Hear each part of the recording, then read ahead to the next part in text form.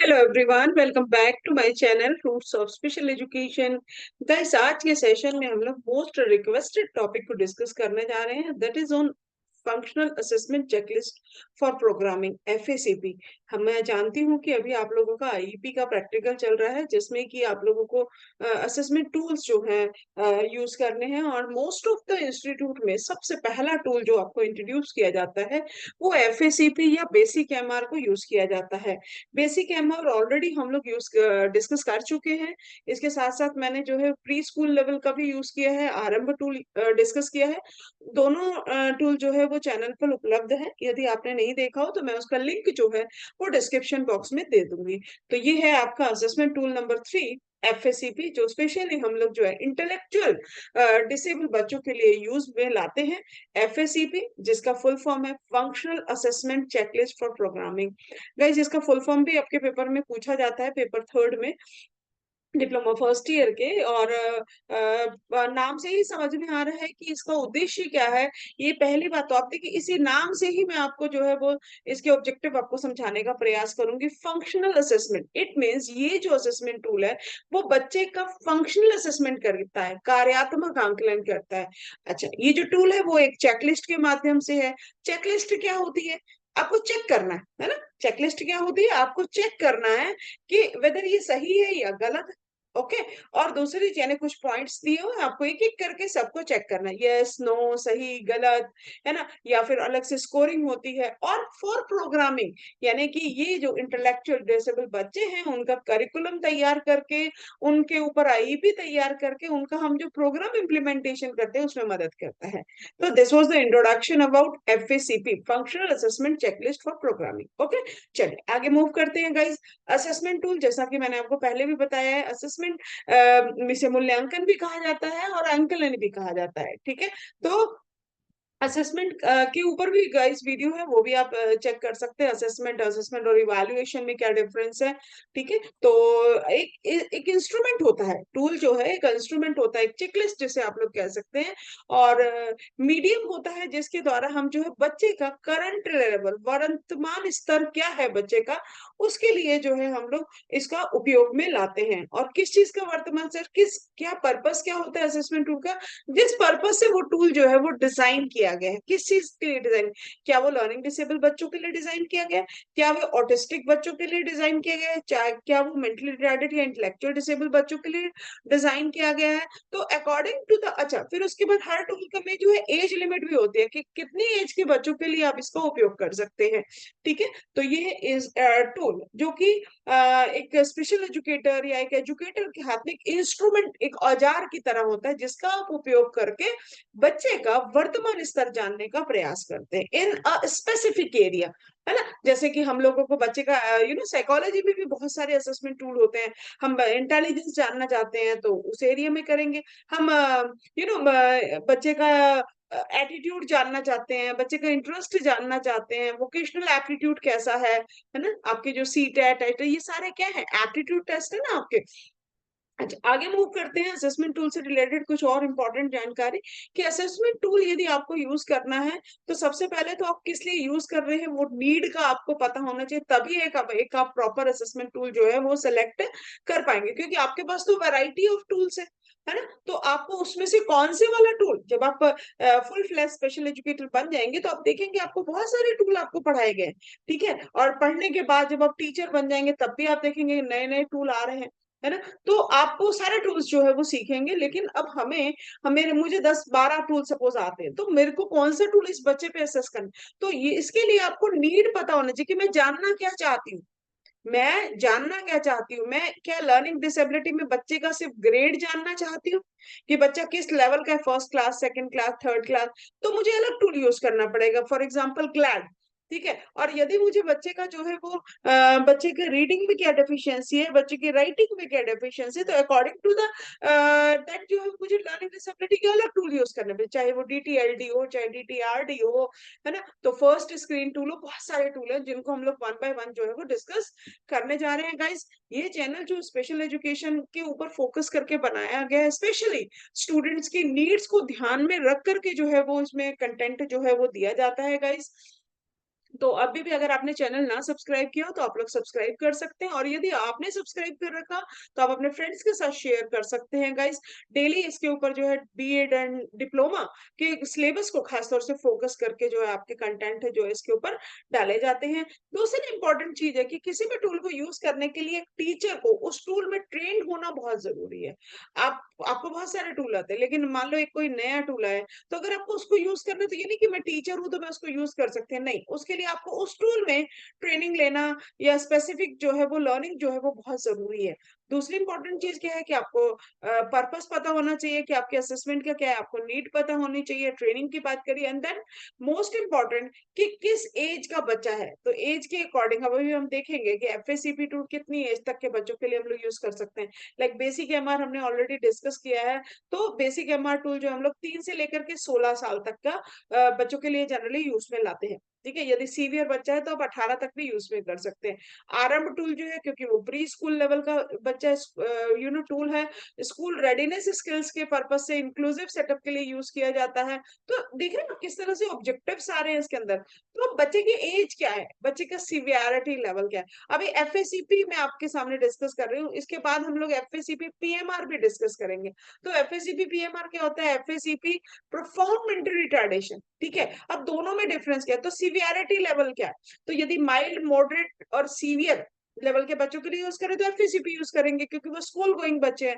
लेकिन प्रोफाउंड बच्चों की बात करेंगे तो वो बेड रिटर्न होते हैं टोटली 24 आवर, जिनको टेक केयर की जरूरत होती है, तो उनके असेसमेंट के लिए एफएसीपी पीएमआर यूज करेंगे। तो according to the severity, according to the age, according to the need purpose जो है हम लोग असेसमेंट टूल्स का यूज करते हैं। जनरली हमारे सिलेबस में इस तरह से टूल्स को कैटेगराइज किया जाता है, pre school level, school level और वोकेशनल लेवल। ओके, तो प्री स्कूल लेवल में जनरली उपान्यन, पोर्टेज गाइड और आरंभ, आरंभ ऑलरेडी डिस्कस कर चुके हैं, लिंक डिस्क्रिप्शन बॉक्स में मिलेगा, आप चेक कर लीजिएगा। और स्कूल लेवल में basic MR, FACP, FACP PMR and MDPS. Okay, तो इसमें जो है आपका बेसिक एमआर ऑलरेडी डिस्कस कर चुके हैं, एफएसीपी भी हम कर रहे हैं, एफएसीपी पीएमआर और एमडीपीएस जो है अपकमिंग सेशंस में आपको देखने के लिए मिलेगा। वोकेशनल लेवल पे बेसल एमआर और बीएपीएस है। ठीक है, तो जैसे गाइस एफएसीपी का एक्सटेंशन है एफएसीपी पीएमआर, ऐसे ही बेसिक एमआर का एक्सटेंशन है बेसल एमआर। क्या डिफरेंस है, जब आप टूल देखेंगे तो आपको और अच्छे से क्लियर हो जाएगा ना। मूव करते हैं टूल की तरफ। एक एक बिल्कुल एक वन शीट के ऊपर मैंने इस टूल को एक एट अ ग्लांस जो है आपको टूल जो है वो देखने के लिए मिलेगा कि फुल फॉर्म एफएसीपी का क्या होता है, ठीक है, किसने इस टूल को बनाया था, ऑथर कौन है और कब पब्लिकेशन हुआ था, तो 1991 में एनआईएमएच की टीम ने जो है इसे डेवलप किया था। डॉक्टर जयंती नारायण मैम की टीम थी विद डॉक्टर शैलजा राव। ठीक है, तो उन्होंने इस टूल को डेवलप किया था। एज रेंज जो है वो 3 से 18 साल के बच्चों के लिए, स्कूल गोइंग जो स्पेशल स्कूल में बच्चे जा रहे हैं उनके लिए हम लोग इसको यूज कर सकते हैं। मैं आपको बताना चाहूंगी कि निप आईडी जो एनआईएमएच है वहां पे भी गाइस स्पेशल स्कूल जो है वहां पे भी एफएसीपी चेकलिस्ट स्पेशल एजुकेटर जनरली जो है बच्चों के ऊपर यूज में लाते हैं। तो डोमेन्स 5 डोमेन है इसके, personal, social, academic and occupational और रिक्रिएशनल। ठीक है, तो और स्कोरिंग जो है वो इस तरह से प्रॉम्प्टिंग के वे में स्कोरिंग को हम लोग आगे फर्दर और अच्छे से डिस्कस करने जा रहे हैं। तो ये है आपका टू, चार जो डोमेन है पर्सनल, सोशल, एकेडमिक, ऑक्यूपेशनल, इनकी जो स्कोरिंग अलग है और रिक्रिएशनल की स्कोरिंग जो है वो आपकी अलग होगी, वो ग्रेडिंग में होगी। ओके, तो मूव करते हैं गाइस आगे। Functional assessment checklist for programming किसने बनाया, कब बनाया, ईयर, कई बार आपसे वाइवा में ईयर भी पूछ लेता है, नाम पूछ लेता है किसने ये टूल फ्रेम किया, फुल फॉर्म। तो ये वाइवा और आपके जो है ना खासतौर से डिप्लोमा के बच्चों के एब्रीवेशन या एक्सपेंडेड फॉर्म आता है कि इस नाम का विस्तार करिए, तो विस्तार का मतलब एफएसीपी का आपको फुल फॉर्म बताना। ठीक है, तो विस्तार करने में और उसका ट्रांसलेशन करने में डिफरेंस होता है। हमको इसका ट्रांसलेशन नहीं लिखना, हमको इसका विस्तार करना है। तो आप चाहे हिंदी मीडियम में हो चाहे इंग्लिश मीडियम में हो, आपको इसको functional assessment checklist for programming ही लिखना होगा। हिंदी में लिखिए या इंग्लिश में लिखिए, दैट डजंट मैटर, नंबर आपको पूरा मिलेगा। ठीक है, आगे मूव करते हैं। तो एफएसीपी चेकलिस्ट जैसा मैंने आपको बताया है कि फंक्शनल असेसमेंट करती है बच्चों के असेसमेंट एंड प्रोग्रामिंग, साथ के साथ हम इवैल्यूएशन भी करते हैं। बेसिकली किन के लिए यूज किया जाता है, इंटेलेक्चुअल डिसेबल बच्चों के लिए यूज में लाते हैं। ठीक है, चेकलिस्ट होती है टोटल 6 7 चेकलिस्ट है इसमें। ये चेकलिस्ट जो है बहुत ही इजी टू अंडरस्टैंड है, आसानी से हम इन्हें समझ सकते हैं, नेसेसरी है डेली लिविंग के लिए। ऐसे टास्क इन इन चेकलिस्ट के अंदर क्या है, स्किल्स दिए गए, कार्य दिए गए हैं जो डेली लाइफ में बच्चा जो है वो करता है, ठीक है। तो ये नेसेसरी है डेली लिविंग के लिए, इजीली ऑब्जर्वेबल है, आसानी से हम इनका निरीक्षण कर सकते हैं, बच्चे की एज के अकॉर्डिंग है, ठीक है। तो एज एज कौन सी, अब ये भी ध्यान में देने योग्य, एज बच्चे की ना केवल शारीरिक आयु है ना केवल क्रोनोलॉजिकल एज, बल्कि बच्चे की मेंटल एज, इन दोनों का प्रोपोर्शन जो है ध्यान में रख करके जो है इन चेकलिस्ट में जो है कार्यों को डाला गया है, इसलिए से कार्यात्मक आंकलन जो है वो बोला जाता है, ठीक है। कार्य कौन से हैं, तो कार्य कोई अलग से नहीं है, कार्य वही है जो हम डेली लाइफ में जो है यूज करें। एक 3 से 6 साल के बच्चा, अब एक एग्जांपल मैं आपको देती हूँ किस तरह से टास्क इसमें डाला गया। 3 से 6 साल का बच्चा डेली लिविंग में पर्सनल स्किल में क्या क्या करता है, उसके इसके अकॉर्डिंग उसको क्या क्या कर लेना चाहिए, ठीक है। फिर दूसरे नंबर की जो चेकलिस्ट होगी प्राइमरी फर्स्ट की, तो प्राइमरी फर्स्ट में लगभग 7 से 10 साल तक के बच्चे होंगे, तो वो बच्चे पर्सनल स्किल में क्या क्या कर लेगा, लाइक दैट इस चेकलिस्ट को डेवलप किया गया है। क्लियर सबको, बहुत ही इजी और बहुत ही फ्लेक्सिबल है ये चेकलिस्ट, ये टूल जो है, ठीक है, इजीली ऑब्जर्वेबल है, एज के अकॉर्डिंग है, मेंटल एज और क्रोनोलॉजिकल एज। आगे मूव करते हैं ग्रुपिंग। ये जो क्यों इसको मैं आपको बता रही हूँ कि मोस्ट ऑफ द इंस्टीट्यूट अपने इंडिया में जो है इस चेकलिस्ट को हम लोग जो यूज करते हैं, तो मोस्ट ऑफ द इंस्टीट्यूट जो है वो अपने स्पेशल एजुकेटर, ना केवल एज ए ट्रेनीज बल्कि एज ए स्पेशल एजुकेटर, जब उनको जॉब मिल जाती है तब भी उनको आईपी बनाना पड़ता है, ठीक है। तो उस समय पे वो लोग जो मोस्ट ऑफ द इंस्टीट्यूट है वो एफएससीबी चेकलिस्ट को ही यूज में लाते हैं, बेसिक एमआर और फिर एमडीपीएस, ये 3 टूल जो है बड़े कॉमन है। तो आपको बाकी सारे टूल बेशक से पढ़िए, आईडी की बात कर रही हूँ, अभी जब एलडी की बात करेंगे तो मैं वहां पे आपको बताऊंगी कौन से ज्यादा कॉमन है, ऑटिज्म की जब हम लोग करेंगे तो उसकी डिस्कशन करेंगे। तो फिलहाल हम बात कर रहे हैं आईडी के बच्चों की, तो ये बहुत ज्यादा तीनों टूल कॉमन है, तो इनमें आपको प्रैक्टिकली पूरी तरह से दक्ष होना, जिसे मैं कहूंगी परफेक्ट होना, बहुत जरूरी है आप लोगों को, ठीक है। तो प्री ग्रुपिंग क्या रहेगी इसकी चेकलिस्ट की, तो मतलब इसके आधार पर हम बच्चों को ना, जब बच्चे हमारे पास स्पेशल एजुकेटर है, हमें 4 बच्चे हमारे सामने खड़े अलग अलग एज के हैं, ठीक है, ये सबको यूं लग रहा है कि इनके अंदर जो है वो इंटेलेक्चुअल डिसेबिलिटी स्क्रीन आउट होके हमारे पास आए हैं। अब प्रिंसिपल के सामने ये क्वेश्चन होता है कि इन बच्चों को या स्कूल इंचार्ज के आगे ये क्वेश्चन होता है कि इन बच्चों को किस क्लास में भेजा जाए। तो गाइज वो जो उनके पास जो गाइडेंस होती है वो इस टूल के अकॉर्डिंग होती है, ये क्राइटेरिया होता है ग्रुपिंग करने का। तो यदि बच्चा 3 से 6 साल की आयु में आ रहा है तो उसको टीचर जो है प्री प्राइमरी क्लास में डालेगी। अब क्योंकि वो प्री प्राइमरी में है तो चेकलिस्ट में प्री प्राइमरी ही लगने वाली है, क्लियर। ऐसे ही प्राइमरी 1 7 से 10 साल, प्राइमरी 2 9 से 14 साल, सेकेंडरी 11 से 14 साल, प्री वोकेशनल 1 15 से 18 वर्ष, प्री वोकेशनल 2 15 से 18 वर्ष, और care group no age limit. यहाँ पे वो बच्चे होते हैं जो नॉन एम्बुलेटरी हैं, खुद से चल फिर नहीं सकते हैं, मल्टीपल डिसेबल हैं, पूरे ग्रुप में नहीं पढ़ सकते हैं, लेकिन उनको 1 और 2 की सेटिंग में ही पढ़ाया। 1 2 की सेटिंग मीन्स टू से एक टीचर एक बच्चा, या एक टीचर मैक्सिमम 2 बच्चे, एक चलने फिरने वाला और एक ना चलने फिरने वाला, तो इस तरह से केयर ग्रुप की सेटिंग होती है। क्लियर है, तो ये हो गया ग्रुपिंग का क्राइटेरिया, कैसे ग्रुप्स बनते हैं, और इनके ऊपर इन्हीं के अकॉर्डिंग जो ये 7 चेकलिस्ट आपको एफएससीपी में देखने के लिए मिलेंगी। क्लियर, आगे मूव करते हैं प्रमोशनल प्रोसीजर। ये प्रमोशनल प्रोसीजर क्या होता है गाइस, तो प्रमोशनल प्रोसीजर में गाइस आपके सामने ये चेकलिस्ट है, प्री प्राइमरी की चेकलिस्ट है गाइस। तो प्री प्राइमरी की चेकलिस्ट कितने, 3 से 6 वर्ष की हम लोग यहाँ पे बात कर रहे हैं, कितने की बात कर रहे हैं, 3 से 6 वर्ष की बात कर रहे हैं। तो यदि बच्चा आता है बिल्कुल स्टार्टिंग में ही पेरेंट्स को पता चल जाता है कि बच्चे को कोई प्रॉब्लम है, तो बच्चा कब आएगा, 3 से 6 वर्ष में जो है वो प्री प्राइमरी क्लास में वो होएगा, और प्री प्राइमरी की जो टीचर होगी वो उसके ऊपर वो चेकलिस्ट लगाएगी, असेसमेंट करेगी, बच्चे का वर्तमान स्तर पता चल जाएगा और उसके अकॉर्डिंग उसका जो है वो प्रोग्राम बनाया जाएगा। अब यहाँ पे क्या होता है, वैसे जनरली हमारे पास एकेडमिक ईयर क्या होता है, हमारे पास जनरली जो है वो एकेडमिक ईयर होता है कितने वर्ष का होता है, 1 साल का, कि 1 साल में बच्चा, पहली क्लास का बच्चा 1 साल बाद दूसरी में चला जाएगा, दूसरी से तीसरी में, तीसरी से चौथी में, लाइक दैट। लेकिन यहाँ ऐसा नहीं होता है क्योंकि स्पेशल बच्चे हैं, कॉग्निटिव लेवल जो है वो बहुत ही लिमिटेड होता है, तो इनको इस क्लास, एक क्लास से दूसरी क्लास में शिफ्ट होने में आपको मैक्सिमम जो है वो 3 साल का समय दिया जाता है। ऐसा नहीं कि 3 में ही होंगे, यदि वो बच्चा वो क्राइटेरिया 3 से पहले कवर कर लेता है तो 3 से पहले भेज दिया जाएगा। पर देखा गया है कि ऑन एन एवरेज जो है वो स्पेशल बच्चा जो है लगभग 3 साल लगा देता है एक चेकलिस्ट को कंप्लीट करने में, और वो उसको आपको क्या करना होता है, उसको करना होता है आपको 80%, कितना कवर करना होता है, 80% तक जो है आपको उस चेकलिस्ट को जो है वो कवर करना होता है। क्लियर होगी, कितना करना होता है, 80%। ओके, तो उसके बाद है गाइस आपके पास में प्राइमरी फर्स्ट होगी। एज क्या होगी प्राइमरी फर्स्ट की, एज होगी आपकी 7 to 10 ईयर। सेकेंडरी की एज होगी 11 से 14 वर्ष तक। क्लियर हो गई यहाँ तक की बात। उसके बाद है गाइस सेकेंडरी हो गया, फिर प्री वोकेशनल 1 15 से 18 वर्ष, वोकेशनल ट्रेनिंग ओवर 18 ईयर्स। ठीक है, तो उसकी चेकलिस्ट आपको एफएससीपी में नहीं मिलेगी, उसके लिए फिर टूल अलग आता है, वो आता है वीएपीएस। कौन सा टूल होता है, वीएपीएस। ठीक है, और उसके बाद बच्चे को वो टूल लगाने के बाद हम बच्चे को शिफ्ट कर देते हैं ओपन एम्प्लॉयमेंट, शेल्टर और सपोर्टेड एम्प्लॉयमेंट में। ठीक है गाइस, वोकेशनल असेसमेंट का के ऊपर भी 3-4 वीडियो हैं बड़े इंपॉर्टेंट, जिसमें आपको ये सारे रोजगार के टाइप है, वोकेशनल असेसमेंट क्या होता है, वोकेशनल ट्रांजिशन क्या होता है, इसके ऊपर का इस वीडियो बनाए हुए हैं।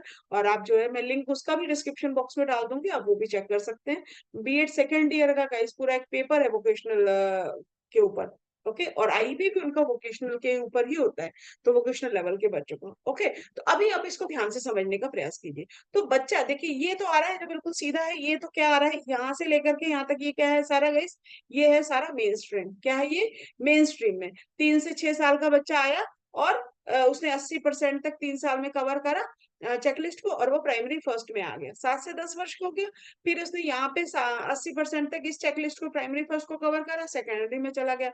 सेकेंडरी में 80% करता है, प्री वोकेशनल 1 में चला गया, प्री वोकेशनल 1 में 80% करा, और वो बच्चे वोकेशनल ट्रेनिंग में चला गया। कहानी खत्म हो गई यहाँ तक की। ठीक है, अब इसके बाद जो है क्या होगा, इसके बाद बच्चा अगर दोनों चांसेस है ना हमारे पास में, अगर हो सकता है कि बच्चा कर ले और हो सकता है कि ना भी करे। अगर बच्चा नहीं कर पाता है प्री प्राइमरी में, 3 साल रहने के बावजूद भी बच्चा जो है वो 80% तक कवर नहीं करता है, तो क्या करना है आपको, इस सिचुएशन में हम उसको प्राइमरी सेकंड में ले आएंगे। तो यहाँ पे आपको 9 से 14 वर्ष की एज दिख रही है, 9 से 14 वर्ष की एज है, लेकिन यहाँ तो बच्चे की 6 ही साल थी, है ना। अगर वो नॉर्मली बच्चा कर रहा है 3 से 6 साल में, तो 7 साल में इधर आ गया। लेकिन अगर यहाँ पे प्री प्राइमरी की चेकलिस्ट 3 से 6 साल में कवर नहीं कर रहा है, तो हम उसको एक्सटेंशन पीरियड देते हैं 7 और 8 ईयर, 2 साल का हम एक्सटेंशन पीरियड देंगे, कि हम उसको और मौका देंगे, किसी ज्यादा समय लग रहा है इसको कवर करने में। लेकिन अगर फिर भी बच्चा जो है वो प्राइमरी 1 तक नहीं पहुंच पाता है, तो हम उसको कहाँ लाते हैं, हम उसको लेकर के आते हैं प्राइमरी सेकंड में। कहाँ लेके आते हैं, प्राइमरी सेकंड में। अब प्राइमरी सेकंड में 9 से 14 वर्ष का बच्चा रहेगा। अब देखिएगा, अगर 9 से 14 वर्ष का बच्चा के प्राइमरी सेकंड में 80% कवर कर लेता है यहाँ पर, ठीक है, दो सिचुएशन होंगी, या तो पूरा कंप्लीट कर लेगा या लेस देन होएगा। ठीक है, अगर पूरा कंप्लीट कर लिया उसने, तो वो कहाँ चला जाएगा, सीधे सेकेंडरी में चला जाएगा, जहां उसका साथी वाला भी जा रहा है। ठीक है, जहां उसका साथ वाला बच्चा भी जा रहा है, तो यहाँ पे जो उसका ड्रॉबैक था वो कवर होके सीधा वो इनके साथ मिल जाएगा। 14 साल में ये प्राइमरी फर्स्ट वाला करेगा सेकेंडरी, और ये भी कर लेगा। बात समझ में आ गई, तो ये भी इधर आ गया। ओके, अब ये होता है कि कई बार बच्चा जो है वो मेन स्ट्रीम में नहीं आ पाता है, वो बच्चा ढीला है तो वो वैसा ही रहेगा। ठीक है, तो यहाँ पे वो बच्चे होते हैं ना, थोड़े अंडर अचीवर बच्चे होते हैं, जो लगातार वैसा ही चलते चले जाते हैं। लेकिन कुछ बच्चे ऐसे होते हैं कि सिचुएशन के अकॉर्डिंग, एक बार उन्होंने एक क्लास में अच्छा नहीं करा, लेकिन दूसरी क्लास में बहुत बढ़िया करेंगे, तीसरी में और बढ़िया करेंगे। लेकिन कुछ ऐसे होते हैं कि कंटिन्यूस जो है वो इतना बढ़िया परफॉर्म नहीं करते हैं। तो अगर उसने बाय चांस था, और अगर उसने अच्छा कर लिया, तो सेकेंडरी में आके फिर मेन स्ट्रीम में मिल जाएगा। और यदि तब भी नहीं कर पाया, तो वो बच्चा कहाँ जाएगा, तब वो आ जाएगा प्री वोकेशनल 2 में। अब वो सेकेंडरी में नहीं जाएगा, प्री वोकेशनल 2 में चला जाएगा। क्लियर हो गई यहाँ तक की। अब सेकेंडरी वाला प्री वोकेशनल 1 में चला गया, और ये पैरेलल जो है देखो, 15 से 18, 15 से 18, ये भी 15 से 18, और ये भी 15 से 18। क्लियर हो गई। तो ये दोनों के दोनों जो है वो एक प्री वोकेशनल 1 में रहेगा, एक प्री वोकेशनल 2 में रहेगा। अब आप बोलेंगे कि मैम प्री वोकेशनल 1 में और 2 में क्या डिफरेंस है, तो क्या डिफरेंस गाइस यही है कि ये जो प्राइमरी 2 की जो चेकलिस्ट होती है, क्योंकि ये बच्चा प्री प्राइमरी टाइम पे नहीं कर पाया, यही था ना हमारे साथ में। तो ये जो प्राइमरी 2 की जो चेकलिस्ट होगी गाइस, प्राइमरी 2 की चेकलिस्ट में प्री प्राइमरी का जो डिफिकल्ट वाला पोर्शन था, लास्ट लास्ट के जो टास्क होते हैं ना, जो डिफिकल्ट वाला पोर्शन था, और प्राइमरी 1 का जो इजी वाला पोर्शन, उन दोनों को मिला के उसने प्राइमरी 2 बना दिया। ओके, अभी सेम चीज ऐसे होती है कि सेकेंडरी का डिफिकल्ट वाला, क्योंकि वो ये नहीं कर पाता, सेकेंडरी तो एजुकेबल ग्रुप माना जाता है ना। बहुत सारे कंसेप्ट यहाँ पर आते हैं जो नॉर्मल जो बच्चे होते हैं, जो मेन स्ट्रीम के बच्चे होते हैं, उनको हम लोग ये चीजें करवाते हैं, लाइक निबंध लिखना, पत्र लिखना, ऐसे राइटिंग, और वर्ड मीनिंग, लेटर्स, ये सारी चीजें इसमें आ जाती हैं सेकंड एजुकेबल ग्रुप में। अभी मान लीजिए प्री वोकेशनल 2 में क्या आएगा, तो प्री वोकेशनल 2 में सेकेंडरी और प्री वोकेशनल, सेकेंडरी का डिफिकल्ट वाला और प्री वोकेशनल 1 का इजी वाला, ये दोनों को मिला के उसने क्या बना दिया, प्री वोकेशनल 2 की चेकलिस्ट बना दी। क्लियर हो गई? तो ये रहता है यहाँ पे, थोड़े से गाइस लो अचीवर बच्चे जो है प्राइमरी 2, लेकिन हमको उनको चलाना तो ये तो नहीं है ना कि हम लाइफ लॉन्ग मान ले भाई, जब तक आपका 80% नहीं होगा आप इसी प्री प्राइमरी में बैठे रहोगे, हाउ इट इज पॉसिबल? आप एक साल तक एक्सटेंशन दे दे, 2 तक दे दे, लेकिन जब एक बच्चा 9 वर्ष का हो गया है और अभी वो अपने प्री प्राइमरी के बच्चे में ही बैठा हुआ है, तो ऐसे तो 1-2 बच्चे होंगे, लेकिन नए बच्चे आते जा रहे हैं जिनकी एज 3 से 6 साल की होगी।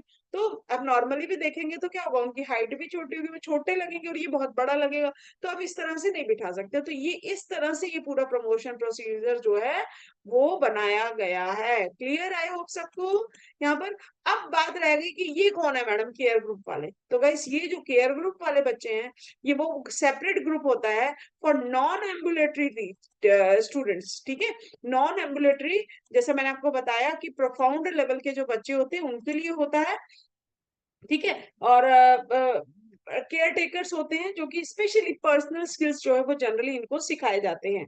तो 1-to-1, जैसे यहाँ पे जो बात करें हम लोग, ये जो मेन स्ट्रीम की बात कर रहे हैं प्री प्राइमरी से लेकर के वोकेशनल तक की, तो यहाँ पे टीचर स्टूडेंट रेशियो क्या होता है, यहाँ पे टीचर स्टूडेंट रेशियो होता है गाइस 1:8 या 1:10 का। ओके, और केयर ग्रुप में होता है 1:1 या 1:2 का। क्लियर हो गया प्रमोशनल प्रोसीजर गाइस? ये क्योंकि हमको प्रैक्टिकली इसको यूज करना पड़ता है, इसीलिए मैंने इसके ऊपर थोड़ा सा ज्यादा समय लगाना, क्योंकि बहुत कंफ्यूज करता है जनरली में। तो आई होप क्लियर होगा। यदि अभी भी कोई डाउट रह जाए तो आप प्लीज कमेंट बॉक्स में कमेंट करके पूछेगा, मैं इसको एक बार फिर से एक्सप्लेन कर दूंगी। क्लियर हो गया सबको? आगे मूव करते हैं। ठीक है, नेक्स्ट है गाइस, अब ये रही आपकी अब चेकलिस्ट कैसी दिखती है, तो ये चेकलिस्ट आपकी ऐसी दिखती है, क्योंकि एनआईएमएच ने बनाई है, तो डिपार्टमेंट ऑफ स्पेशल एजुकेशन, तो ये ऊपर ऐसा आपको लिखा हुआ मिलेगा, functional assessment checklist for programming primary first का मैंने एक सैंपल लिया। तो यहाँ पे हम लोग क्या डालेंगे, यहाँ बच्चे का नाम आ जाएगा गाइस। ठीक है, यहाँ पे आप बच्चे का नाम, किस बच्चे का आप बना रहे हैं, एडिशनल इन्फॉर्मेशन, भाई मेंटल रिटार्डेशन तो है ही है, उसके साथ में क्या प्रॉब्लम है, बिहेवियर प्रॉब्लम है, फिजिकल प्रॉब्लम है, बच्चे को स्पीच की प्रॉब्लम है, क्या प्रॉब्लम है, तो वो आप यहाँ पे एडिशनल इन्फॉर्मेशन में लिखोगे। कैसा लिखोगे, intellectual disability with speech problem, ठीक है, या फिर mental retardation with behaviour problem, like that. उसके बाद यहाँ पर आ जाएगा एज और सेक्स, बच्चा प्राइमरी फर्स्ट है तो बच्चा 8 साल का है सपोज, और क्योंकि 7 से 10 वर्ष के बच्चे आएंगे ना यहाँ पे, और वो मेल है या फीमेल है। ओके, तो ये हो गया आपका ये इंफॉर्मेशन आपको कैसे फिल करनी। क्लियर? अब बात आती है यहाँ पर कि ये पोर्शन आपको, देखो मैंने आपको बताया था एक चेकलिस्ट आपकी 3 वर्ष तक चलती है। कितने वर्ष तक चलती है? 3 वर्ष तक। तो वो 3 वर्ष कौन कौन से होगी, फर्स्ट ईयर, सेकेंड ईयर। अब हमारे पास में क्या आएगा, फर्स्ट ईयर। आपको एज ए टीचर ट्रेनिंग आपका काम देखो ये 2 चीजों से पड़ता है, एंट्री लेवल, ठीक है, और दूसरा आपका फर्स्ट टर्म, बस बाकी हमारी खाली पड़ी रह जाती है, हमारा इससे कोई मतलब नहीं। एज ए ट्रेनिंग की बात कर रही हूँ, एज ए स्टूडेंट की बात कर रही हूँ, लेकिन जब आप स्पेशल एजुकेटर बन जाते हो, आपकी जॉब लग जाती है आपको बनना, तो गाइस आपको ये पूरा ही भरना पड़ता है। 3 साल तक आपके पास में यही चेकलिस्ट रहने वाली है। तो ये पूरा कंपैरेटिव डाटा यहाँ पर आ जाता है। लास्ट की स्लाइड में मैं आपको जो इसको एक्सप्लेन करके मैं आपको बताऊंगी। तो date of evaluation, total score and percent है, ये पूरी की पूरी एक पिक्चर रहेगी गाइस, फ्रंट पेज है, चेकलिस्ट आगे आएगी आपकी। ठीक है, तो एंट्री लेवल पे आप क्या करेंगे, डेट ऑफ इवैल्यूएशन, तो यहाँ पे आपकी असेसमेंट, सपोज आपने बच्चे को असेसमेंट करना शुरू करा है, 1 वीक तक आप बच्चे को एक चेकलिस्ट के ऊपर असेसमेंट कर रहे हैं, करंट लेवल जानने का प्रयास कर रहे हैं, तो उसकी यहाँ पे आपको डेट डालनी होगी, भाई ये कब कंप्लीट हुई। मान लीजिए मैं 1 तारीख को शुरू कर रही हूँ असेसमेंट करना, और मैं 7 या 8 तारीख को मैंने कंप्लीट कर लिया, तो यहाँ पे आपका 8 तारीख आएगी। ठीक है, 8 नवंबर 2023। अब हमने बच्चे के ऊपर प्रोग्राम बना दिया, ठीक है, और प्रोग्राम बनाया, बच्चे को सिखाया, तो आईपी जनरली बोला जाता है ना कि 2 से 3 महीने तक, लगभग 3 महीने का आप लोग आईपी बोलते हैं, तो बनाया जाता है। तो यहाँ पर हम लोग जो है नवंबर में सपोज हमने शुरू करा है, तो दिसंबर, जनवरी, तो यहाँ पे आपकी जनवरी लास्ट की डेट जो है वो फर्स्ट टर्म की आ जाएगी। क्लियर हो गई डेट की बात। अब यहाँ पे टोटल स्कोर की बात आएगी। तो मान लीजिए ये पूरी चेकलिस्ट में जो है पांच चारों डोमेन को देखिए, personal, social, academic and occupational, ये चारों में ही नंबर आएगा। बाकी जो आपका रिक्रिएशनल रह जाएगा उसमें आपकी ग्रेडिंग आएगी ABCD। तो चारों का ही आप स्कोर जो है यहाँ पर लिखेंगे। तो मान लीजिए चारों चेकलिस्ट, चारों जो एरिया है उनका स्कोर जो है 170 के करीब होता है। अब 170 में से एंट्री लेवल पे यानी कि असेसमेंट में टोटल स्कोर कितना आया, ठीक है, तो हो सकता है कि 15 आया हो, तो 15 और डिवाइडेड बाय 170 मल्टीप्लाई बाय 100, ऐसा करेंगे तो इसकी परसेंटेज निकल आएगी। फिर जब हम बच्चे को सिखाएंगे तो बच्चा इंप्रूव भी करेगा, है ना। और वो जो इंप्रूव करेगा, तो मान लीजिए एंट्री लेवल पे 17 ही टास्क ऐसे थे जो प्लस थे, ठीक है, जो बच्चा खुद से कर सकता था इंडिपेंडेंटली। और अब जब हमने सिखाया तो 5-7 टास्क और जुड़ गए, तो 17 से जो है वो 25 या 25 हो गया। अब जो 25 है, तो अब आपको क्या करना पड़ेगा, फर्स्ट टर्म में क्या आ जाएगा, total score 25 divided by 170 multiply by 100, तो परसेंटेज बढ़ेगी ना थोड़ी सी। तो ये इस तरह से गाइस ये आपका चलता है। आई होप ये आप सबको क्लियर होगा किस तरह से भरना है, ठीक है। तो एक आदि मैं चेकलिस्ट का गाइस फिर शॉर्ट्स बना करके और इसकी फोटो भी आपको उसमें डाल दूंगी, तो आपको और अच्छे से क्लियर हो जाएगा। क्लियर। तो अगर फिर भी कोई डाउट हो तो आप प्लीज मुझे बता सकते हैं। इसको आगे मूव करते हैं। ये रही आपकी चेकलिस्ट। तो ये चेकलिस्ट है, शुरू में ऊपर से ऐसी दिखती है और फिर अंदर जब खुलती है तो गाइस ये इस तरह से आमने सामने के पेज खुलते हैं। तो जैसा मैंने आपको बताया कि एज ए टीचर ट्रेनी हमारा काम जो है वो एंट्री लेवल और फर्स्ट टर्म से ही पड़ेगा। क्लियर। तो यहाँ पे आप क्या करेंगे एंट्री लेवल में, एंट्री लेवल जैसे ये टास्क दे रखे हैं ना, तो हिंदी में भी अवेलेबल है और इंग्लिश में भी चेकलिस्ट जो है वो अवेलेबल है। मैंने एक आप लोगों को सेशन दिया था गाइस जिसमें मैंने आपको बताया था कि ये सारे टूल जो है फ्री में हम लोग कैसे एक्सेस कर रखे हैं। एनआईएमएच की साइट के ऊपर गाइस बिल्कुल फ्री में आपको ये टूल्स अवेलेबल है, आप इनको डाउनलोड कर सकते हैं, हिंदी में इंग्लिश में दोनों में ही, ठीक है। तो वो आप वहां से डाउनलोड करके और आप अपना इसको देख लीजिएगा गाइस आपके पास में कि ये सारे के सारे आपको जो है। अच्छा मैं आपको बोलती हूँ कि फ्लेक्सिबल है, कैसे फ्लेक्सिबल है ये चेकलिस्ट, देखिएगा यहाँ पर ना आपको देखो 21 तक तो टास्क दे रखे हैं, तो ये चेकलिस्ट है आपकी प्राइमरी फर्स्ट की, यानी 7 से 10 वर्ष के बच्चे। तो 7 से 10 वर्ष के बच्चे से हम ये मान के चलते हैं कि उसको ये सारे टास्क जो है खुद से कर लेने चाहिए। कौन सा एरिया है, ये पर्सनल एरिया है, व्यक्तिगत, ठीक है। और ये बाकी इसमें 22, 23, 24, 25 और आगे भी इसके पेजेस रहेंगे। तो ये जो आपके जो है 8 एरिया, हर हर उसमें 8 स्किल जो है वो खाली दे रखे हैं उसने। तो ये फ्लेक्सिबिलिटी ये है कि अगर आपको ऐसा लगता है कि कोई ऐसा टास्क है पर्सनल में, 7 से 10 वर्ष का जो बच्चा मेरे पास है, उसमें ऐसा कोई एक टास्क है जो उसको जो है करना चाहिए या पेरेंट्स चाह रहे हैं कि आपको करवाना चाहिए, लेकिन वो तो यहाँ कहीं भी नहीं है, तो आप उनको यहाँ पे ऐड कर सकते हैं। मान लीजिए हो सकता है बटन लगाने का टास्क नहीं है और पेरेंट्स चाहते हैं कि आप बच्चे को शर्ट के बटन लगाना सिखाइए, तो आप जो उस टास्क को यहाँ पे डाल दीजिए और फिर उसका लेवल देख लीजिए कि वो किस टास्क पे, बीपी पे कर रहा है, पीपी पे कर रहा है, किस पे कर रहा है, उसको आप यहाँ पे डाल देंगे। अब ये बीपी जीपीपी क्या होता है, ये प्रॉम्प्टिंग होती है गाइस। तो ये प्रॉम्प्टिंग ये आपको स्कोरिंग की दे रखी है, मैं अभी आगे भी आपको बताती हूँ। प्लस, प्लस का मतलब होता है कि यस बच्चा ये काम कर सकता है। जैसे कि एक एग्जाम्पल समझे, जैसे कि यहाँ पर है walk by himself a distance of 10 feet to fetch an object, यानी कि एक ऑब्जेक्ट को उठाने के लिए एक बच्चा जो है वो 10 फीट तक जो है वो चल सकता है, ठीक है। अपने आप 10 फुट तक जो है वो, कोई ऑब्जेक्ट पड़ा है, कोई गिलास पड़ा है, कोई चम्मच पड़ा है, कोई बॉटल पड़ी है, उसको उठाने के लिए चल सकते हैं। तो आपको बस क्या करना है, आपको यहाँ पर ला करके जो है वो एक प्लस का निशान लगा देना, क्लियर, बस सिंपल। तो ये इसका मतलब क्या है, ये इसको, तो जितने भी प्लस आएंगे गाइस इसमें, वो आपके 1 स्कोर काउंट करेगा। 1 plus 1 score, 2 plus 2 score, 4 plus 4 score. तो अब इसका टोटल कैसे होगा, लाइक ये 21 है, कितना है ये 21 है। अब ये 21 है गाइस, तो 21 में से मान लीजिए 5 प्लस आते हैं, बाकी सब में किसी में सी आ रहा है, किसी में एन ए आ रहा है, किसी में पीपी आ रहा है, किसी में बीपी, किसी में जीपी, ये प्रॉम्प्टिंग आ रही है। तो उनको आप नंबर नहीं देंगे, आप नंबर सिर्फ और सिर्फ प्लस को ही देने जा रहे हैं।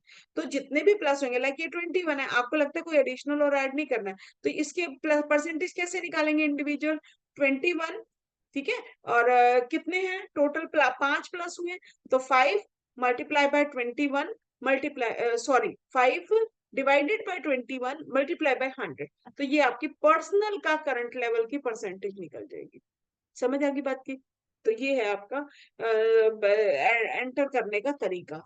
क्लियर है सबको यहाँ तक की बात? अगर अभी कुछ नहीं समझ में आएगा इस, तो आप प्लीज कमेंट बॉक्स में कमेंट करके पूछ सकते हैं, आपको उसका आंसर वहां पे अवश्य मिलेगा। आगे मूव करते हैं। ये है डोमेन, जैसा कि मैंने आपको बताया कि ये जो चेकलिस्ट थी आपकी पर्सनल की है, ऐसे ही गाइस आगे सोशल की रहेगी, है ना, एकेडमिक का, ऑक्यूपेशनल और रिक्रिएशनल। पांचवा डोमेन है रिक्रिएशनल, जो कि दो भागों में बटा हुआ है, इंडोर और आउटडोर, घर के अंदर खेले जाने वाले खेल और घर के बाहर खेले जाने वाले खेल। ठीक है, तो ये आपके 4 डोमेन है जिनकी स्कोरिंग हम लोग जो है वो इस तरह से करेंगे।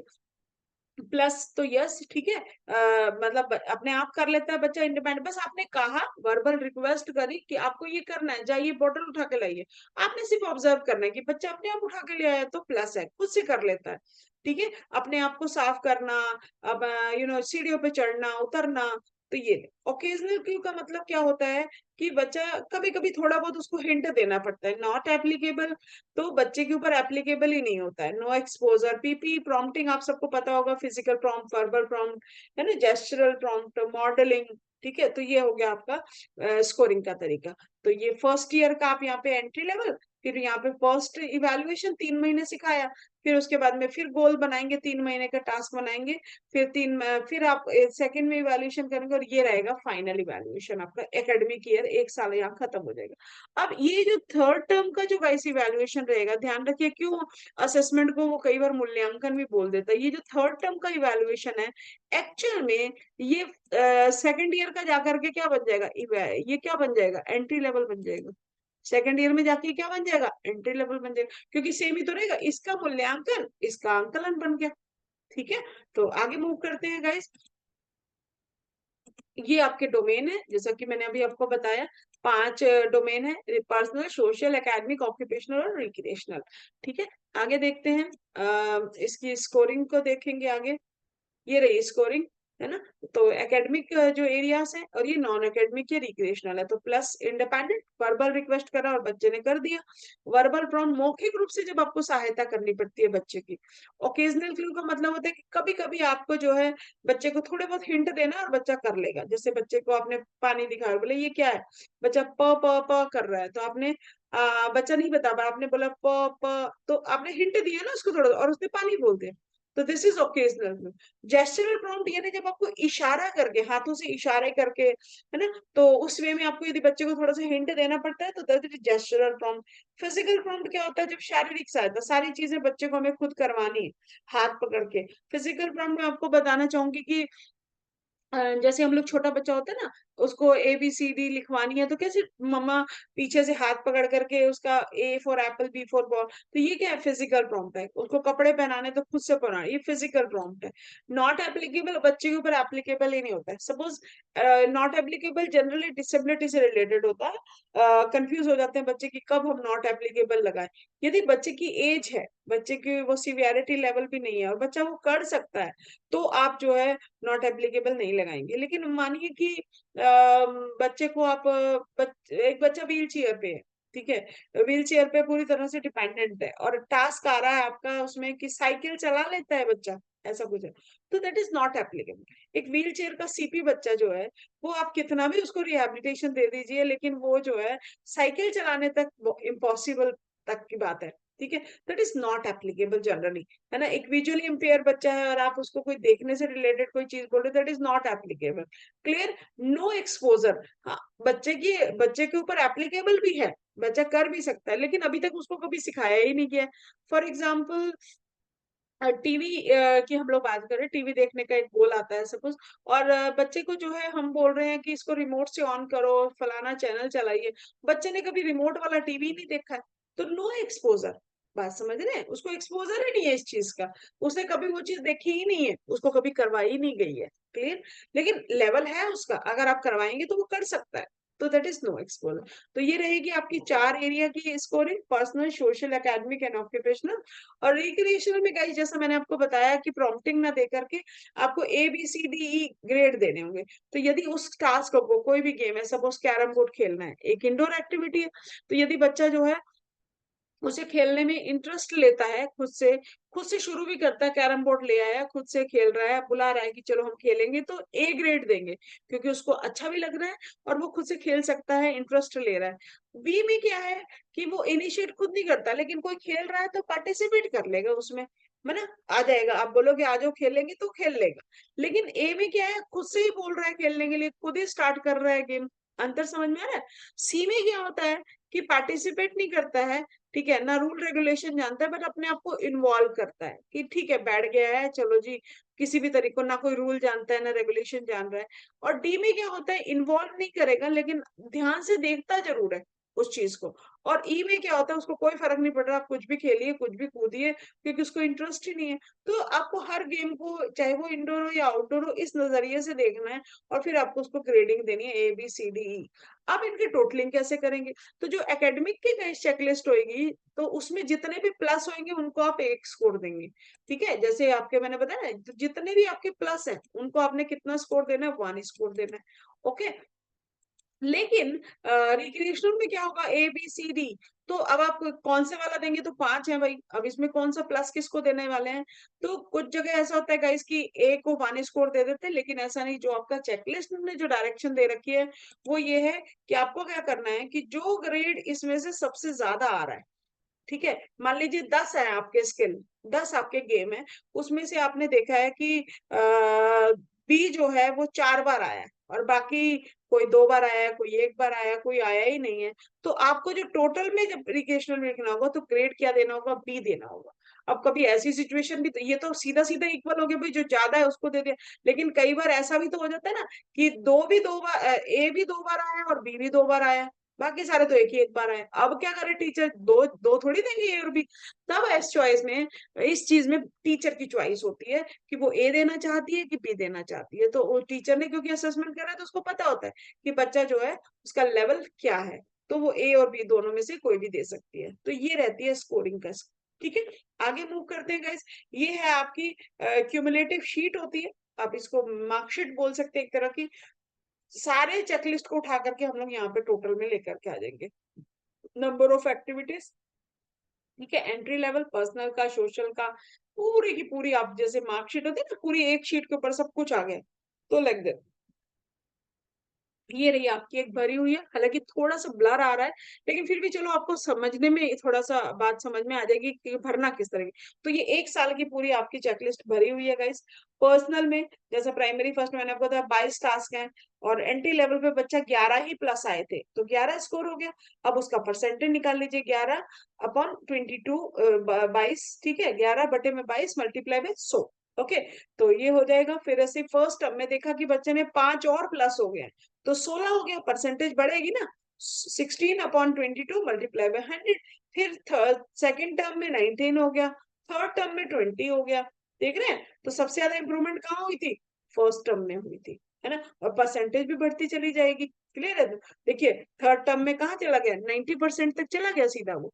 ओके, और फर्स्ट टर्म में एंट्री लेवल पे क्या था, 50%। तो ये बच्चे की इंप्रूवमेंट होती है। क्लियर हो गई बात यहाँ पे। अब सोशल का एरिया आ गया। सोशल में आप देख रहे हैं ऐसे 22 में से पहले 12 प्लस थे, फिर 15, फिर 17, फिर 19। फिर एकेडमिक में सबसे ज्यादा स्किल है, 55 है, तो 15 प्लस थे, फिर 23 थे, 28 थे, फिर 34 हो गए। तो ऐसे इनकी परसेंटेज निकलती जाएगी, फिर ऐसी होगी। तो यहाँ पे अब आप क्या करेंगे, नंबर ऑफ एक्टिविटी, ये सारी चेकलिस्ट की टोटल एक्टिविटी से 111। ठीक है, अब एंट्री लेवल पे आपने प्लस कितने हैं, 11, 12, 15 और 4, चारों के अलग अलग है ना, इनको सबको प्लस कर दिया तो 42 हो गया।